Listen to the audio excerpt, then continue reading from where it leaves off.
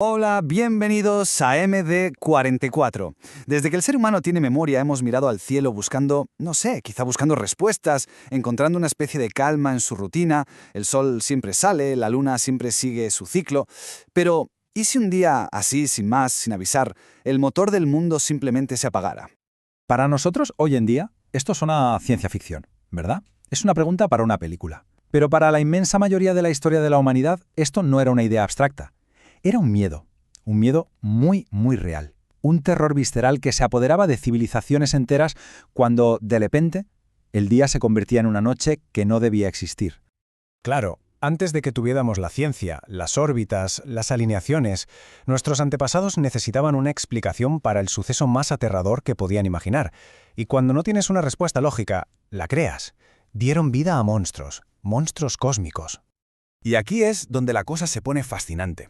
Culturas que no tenían nada que ver entre sí, separadas por miles de kilómetros y siglos, llegaron a ideas increíblemente parecidas. Fijaos, en la mitología nórdica creían que un lobo gigante, Skoll, perseguía al sol por el cielo, sin descanso. Un eclipse significaba que casi lo había atrapado. Y si nos vamos a la India, en la mitología hindú, tenemos al demonio Rahu que, como venganza, intenta tragarse el sol. Un lobo, un demonio, da igual, la idea es la misma. Hay algo ahí arriba, algo maligno, que quiere apagar nuestra luz. Esta cita del Códice Florentino te golpea. Te muestra la cruda realidad de ese miedo. No era solo que se fuera la luz, no, era el colapso absoluto del orden. La oscuridad no estaba vacía. Para ellos, estaba llena de demonios que bajarían a devorarlos. El pánico era total. Y ese pánico llevaba a rituales desesperados, a veces incluso a sacrificios humanos, para suplicar a los cielos que el sol volviera. Con el tiempo, la historia empezó a cambiar un poco. El eclipse dejó de ser un ataque caótico de un monstruo para convertirse en algo más intencionado. Se transformó en un mensaje, una advertencia enviada por un poder superior directamente para nosotros. Aquí es donde el miedo empieza a tener un código, un significado. Ya no es una criatura al azar, sino una señal. En el judaísmo, por ejemplo, el Talmud lo describe como un mal presagio. Y usa una analogía genial. Es como un rey que está en un banquete con sus sirvientes y de repente se enfada y ordena que les quiten la luz, dejándolos a oscuras. El eclipse era una señal de que los de arriba no estaban contentos. Y esta idea de un mensaje divino se extendió, aunque cada religión le dio su propio matiz. El judaísmo pasó de verlo como un mal augurio a un momento de reflexión. En el cristianismo, la oscuridad durante la crucifixión se tomó como una señal divina, y hoy en día algunos ven los eclipses como un anuncio de la segunda venida. Pero en el Islam la cosa es distinta. El profeta Mahoma enseñó que los eclipses no son presagios, sino una demostración del poder de Alá. Esto llevó a una oración especial, la Salat al-Kusuf, un momento no de miedo, sino de reverencia en comunidad. Y entonces, todo cambió.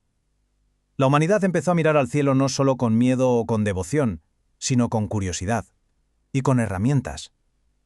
La revolución científica transformó el eclipse. Dejó de ser un acto sobrenatural para convertirse en un mecanismo de relojería, predecible.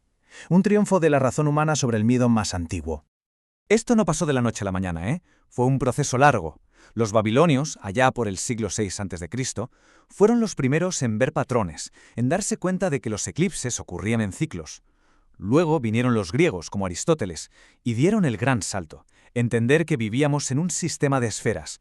Y todo esto culminó en maravillas como el mecanismo de Anticitera, una especie de ordenador antiguo que podía predecir eclipses.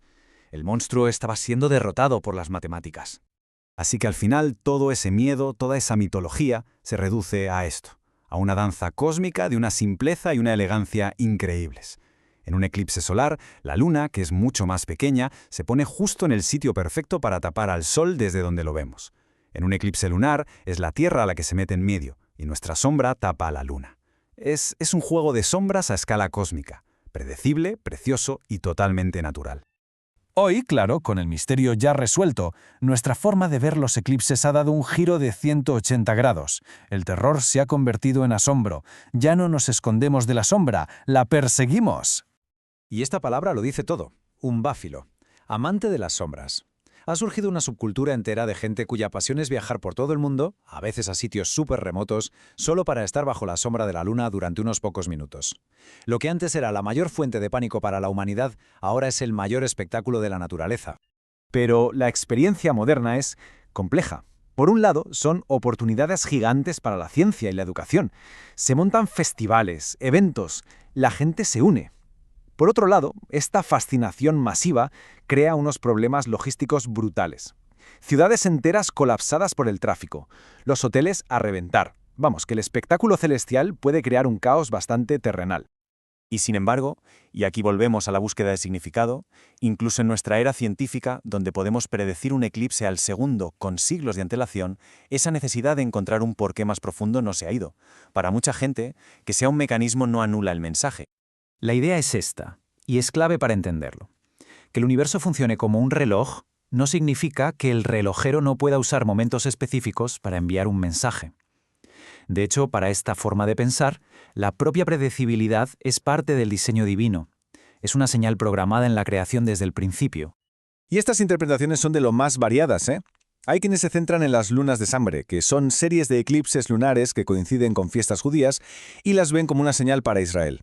Otros ven los eclipses de sol como una advertencia para el resto del mundo. Se conectan fiestas antiguas, como la fiesta de las trompetas, con el anuncio del fin de los tiempos. Se buscan patrones en los números, en las fechas, en las duraciones, buscando un código divino oculto en la astronomía. Esta frase lo resume a la perfección. Desde este punto de vista, estos eventos no son casuales, son ensayos generales organizados por un director divino. Cada fiesta, cada eclipse, es como una práctica para el gran evento final, una forma que tiene el cielo de preparar a la Tierra para lo que va a pasar. Al final, este viaje a través de la sombra del eclipse nos enseña más sobre nosotros mismos que sobre el cielo. La forma en que lo interpretamos, ya sea como un monstruo que nos devora, un mensaje de los dioses, una elegante pieza de un reloj cósmico, en realidad revela cómo vemos nuestro propio lugar en el universo. Si somos víctimas de un caos, receptores de un plan divino o simplemente habitantes de un cosmos que podemos llegar a comprender.